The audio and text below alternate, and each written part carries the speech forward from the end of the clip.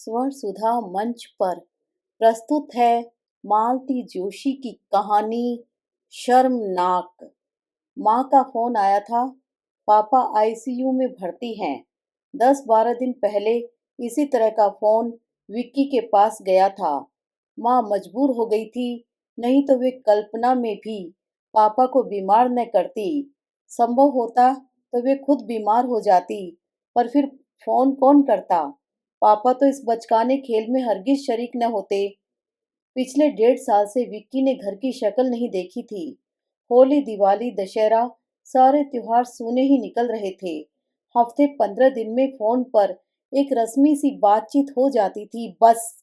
माँ परेशान हो गई थी और उन्होंने यह सदियों पुराना नुस्खा आजमाया था। नुस्खा बेशक पुराना था, पर अचूक था, इसलिए काम कर गया। विक्की बाबा दौड़ते भागते घर पहुंचे और वहां सबको भला चंगा देखकर एकदम बिफर गए।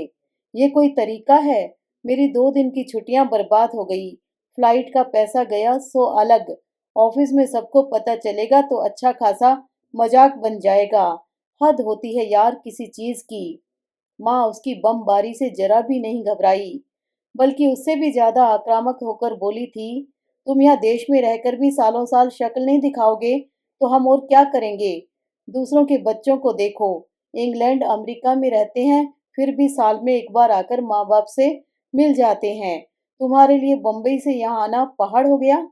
ऐसी कौन सी अनोखी नौकरी है तुम्हारी जो 4 दिन की छुट्टी भी नहीं देती। माँ जब सांस लेने के लिए थोड़ा रुकी तो पापा ने अपने शांत गंभीर तेवर में कहा था, देखो बेटा, यहाँ लड़की वालों का तांता लगा हुआ है। पता नहीं लोग कहाँ से किस किस की सिफारिश लेकर चले आ रहे हैं। मेरी मेज पर कुंडलियों का और तस्वीरों का अंबार लग गया है। उन लोगों को जवाब भी देना पड़ता है। एक बार तुम्हारी राय पता चल जाए तो ठीक रहेगा। इस तरह सबको कब तक लटका कर रखा जा सकता है। माँ ने अंतिम सवाल दागा था, शादी भी करनी है कि नहीं, यही बता दो तो हमारी जान छूटे। उसके बाद विक्की भागा भागा मेरे पास भोपाल आया था। दीदी मुझे बचा लो प्लीज। पापा के सामने मेरी थोड़ी सी पैरवी कर दो। मैं अपने मुंह से उन्हें यह सब नहीं बता पाऊंगा। कहीं दिल लगा बैठे हो क्या? विक्की ने नजरें झुका ली थी। लगता है अपनी कास्ट की नहीं है, तभी नहीं इतना डर रहे हो। वो जो भी है, इतना जान लो कि हम बहुत आगे निकल आए हैं। अब पीछे लौटना नामुमकिन है। नो प्रॉब्लम यार, आजकल इंटरकास्ट शादियों का इतना होवा नहीं रह गया है। पता है हम लोग महीने में कम से कम 5 शादियां अटेंड करते हैं। उनमें से मुश्किल से एक आध सहजातीय होती है। दुनिया बहुत आगे निकल गई है भाई। जात पात आजकल कोई नहीं मानता। धर्म तो मानते हैं। धर्म? पल भर को मेरा खून ही जम गया। ये क्या कह रहा है विक्की? और इस मामले में मैं उसकी पैरवी कैसे करूंगी? माँ का सामना कैसे करेंगे? दीदी प्लीज। विक्की के स्वर में याचना थी, करुणा थी। मैंने किसी तरह उसे सांत्वना दी, आश्वासन दिया और वह चला गया। इसके बाद जो पहला रविवार आया, मैं बच्चों को इन पर सौंप कर बकौल उनकी छुट्टी का कचरा करके दिन भर के लिए इंदौर चली गई। काम मुश्किल था, मैं जानती थी, पर मैंने विक्की को वचन दिया था, इसलिए बड़े ही सधे शब्दों में अपनी बात उन लोगों के सामने रखी। पापा तो शांत भाव से सब कुछ सुनते रहे, पर माँ एकदम ज्वालामुखी की तरह फट पड़ी। वे करीब 1.5 घंटे तक अनवरत बोलती ही रही।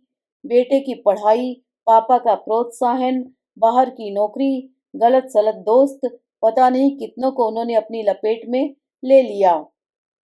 माँ बरसकर चुप हो गई तो मैं जाने के लिए उठ खड़ी हुई। पापा उसी तरह गर्दन नीचे झुकाए बैठे ही रहे। चलते समय भी उन्होंने मेरी ओर नजर उठाकर नहीं देखा। और आज माँ का फोन आया था, पापा आईसीयू में भर्ती हैं। वैसे मुझे उसी दिन खटका हो गया था। माँ ने तो अपनी भड़ास निकाल दी थी, पर पापा सब कुछ भीतर ही भीतर पी गए थे। यही घुटन अब उनके जान की दुश्मन बन गई थी। हम दोनों, बल्कि चारों, दौड़े दौड़े इंदौर पहुंचे। खबर तो विक्की को भी कर दी गई थी, पर वही भेड़िया आया वाली बात हो रही थी। उसे जरा भी यकीन नहीं आया था। इस बीच माँ उसे भरपूर गालियां दे चुकी होंगी, मैं जानती थी, इसलिए वह बिदक गया था।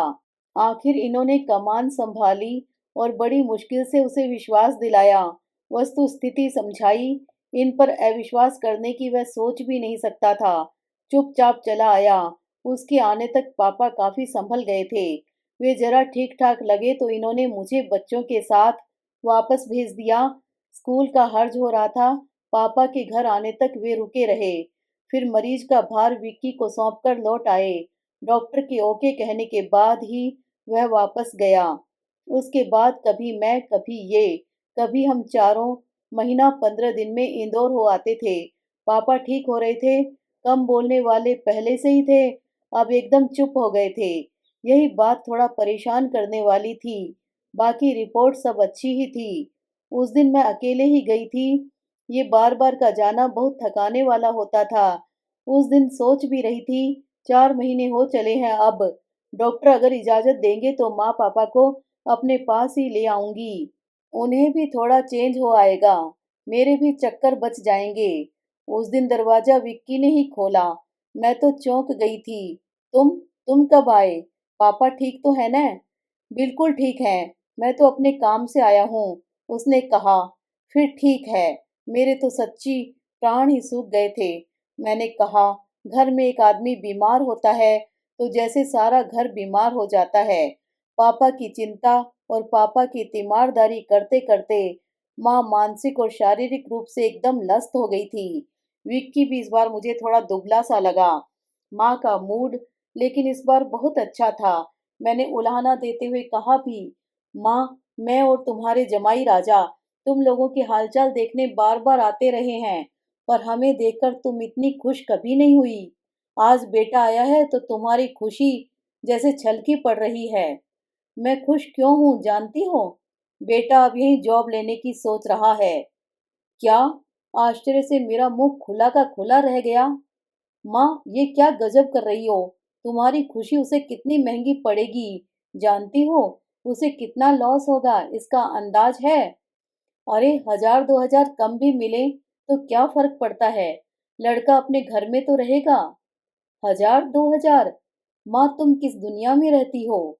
इसी दुनिया में रहती हूँ, और यह भी जानती हूँ कि उस माया नगरी में पैसा मिलता भी है तो आधा मकान के किराए में चला जाता है, बाकी सवारी पर खर्च हो जाता है।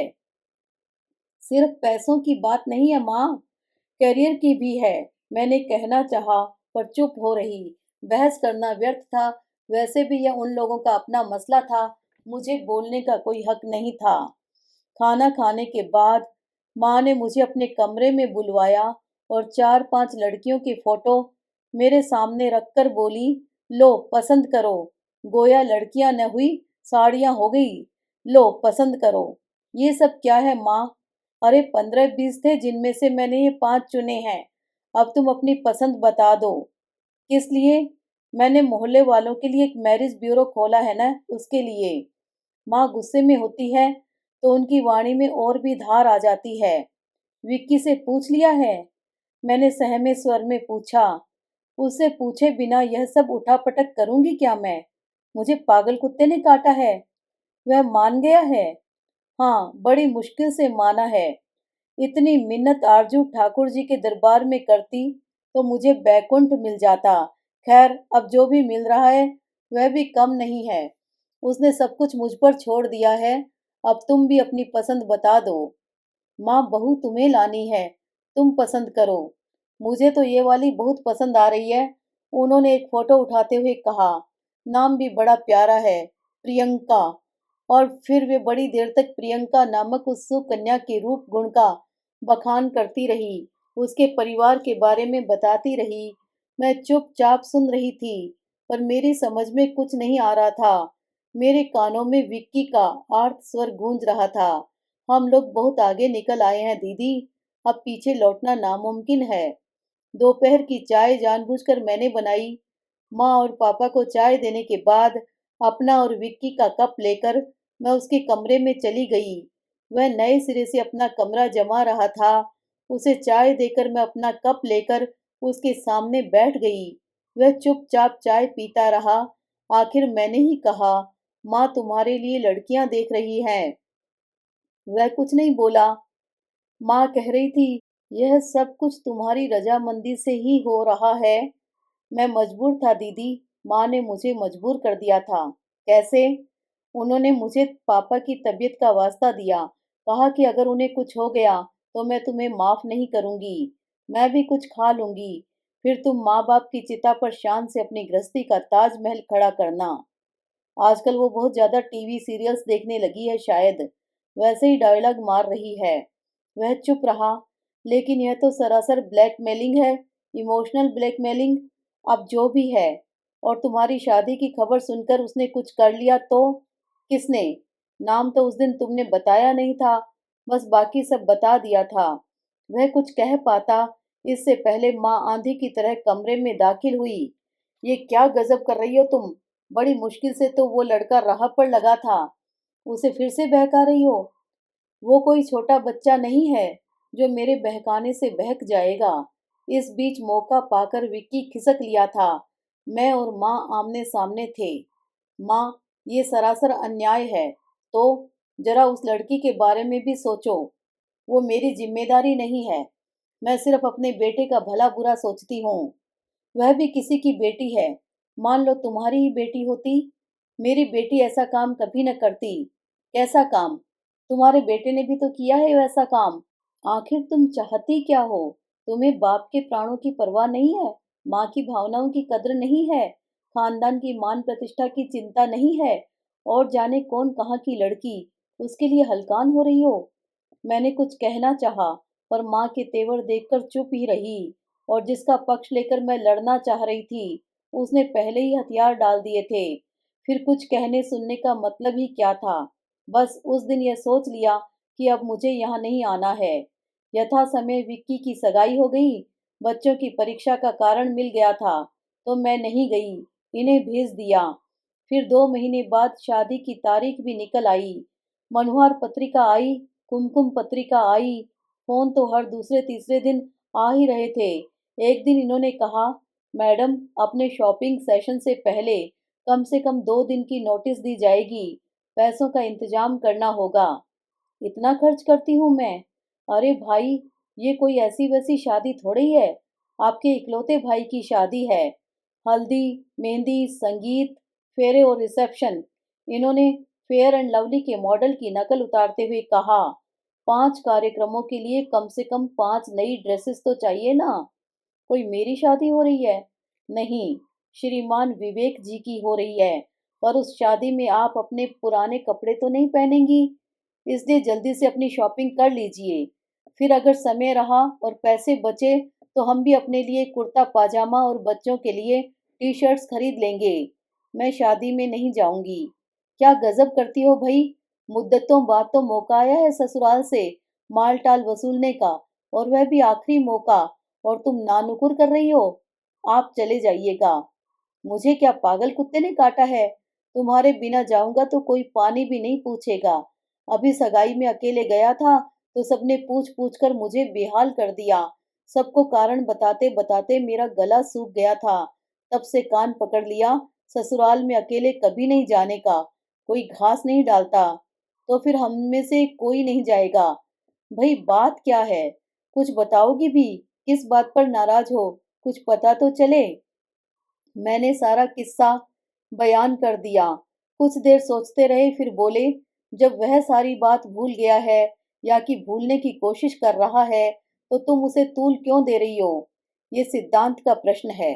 देखो, रिश्तेदारी में सिद्धांत वगैरह की बात कोई नहीं समझता। बिना बात के हमेशा के लिए बदमगजी हो जाएगी। मैं मुफ्त में बदनाम हो जाऊंगा। सब लोग सोचेंगे कि जरूर जमाई बाबू किसी बात पर रूठ गए हैं, इसलिए बिटिया को नहीं भेजा। नहीं तो कौन बहन होगी जो भाई की शादी पर नहीं आना चाहेगी? मैं चुप। देखो, संस्कृत का एक श्लोक है जिसमें वर्णन है कि शादी में दुल्हन क्या चाहती है, दूल्हा क्या चाहता है, समधियों की नजर किस चीज पर है, दुल्हन की माँ की कामना क्या है, बगैर। अंतिम वाक्य है कि शादी में मेहमान सिर्फ दावत पर नजर रखते हैं। मिष्ठाने इतरे जन। तो हम लोग जो हैं इतरे जन हैं। हमें सिर्फ मिष्ठान पर नजर रखनी चाहिए। बाकी जो हैं उनकी समस्याएं वे लोग अपने ढंग से निपटते रहेंगे। खैर, शादी में तो जाना ही था। बेटियां इतनी भी बेमुरवत नहीं हो सकती। फिर इकलौते भाई की शादी थी। न जाती तो सबको बुरा लगता, सबसे ज्यादा पापा को दुख होता, और इस समय मैं पापा को जरा भी दुखाना नहीं चाहती थी। लौटते समय सामान इतना बढ़ गया था कि हमें एक नया सूटकेस लेना पड़ा। माँ पापा ने हम चारों के लिए कपड़े बनवाए थे। विक्की की ससुराल से भी सबके लिए जोड़े आए थे। मामा लोगों ने भी अच्छा खासा भात दिया था। पापा ने दोनों नातियों के लिए सोने की चेन बनवाई थी, मेरे लिए हीरे के टॉप्स और दामाद के लिए नवरत्न की अंगूठी। हीरे की अंगूठी शादी में दे चुके थे। वहां भी भीड़ भाड़ में ठीक से कुछ देख नहीं पाई थी। घर पर आकर सब कुछ एक बार फिर से देखने की इच्छा हो आई। मैं सारा फैलारा लेकर बैठी थी तो ये गंभीर मुद्रा में बोले, ससुर जी ने अच्छे खासे खर्च में डाल दिया है। इस महीने का सारा बजट गड़बड़ा जाएगा। क्यों? अब तुम अपनी सखी सहेलियों को, मोहल्ले वालियों को बुला बुलाकर रोज नुमाइश लगाओगी कि नहीं? तो उन्हें क्या सूखा भेज दोगी? मिठाई तो खैर तुम्हारी माँ ने बहुत सी बांध दी है, पर चाय पानी का खर्च तो मेरा लगेगा। आप ही को तो लालच हो रहा था ससुराली मालटाल का। अब शिकायत क्यों कर रहे हैं? मैं तो आफ्टर इफेक्ट्स की बात कर रहा हूँ। मालटाल से मुझे कब ऐतराज है?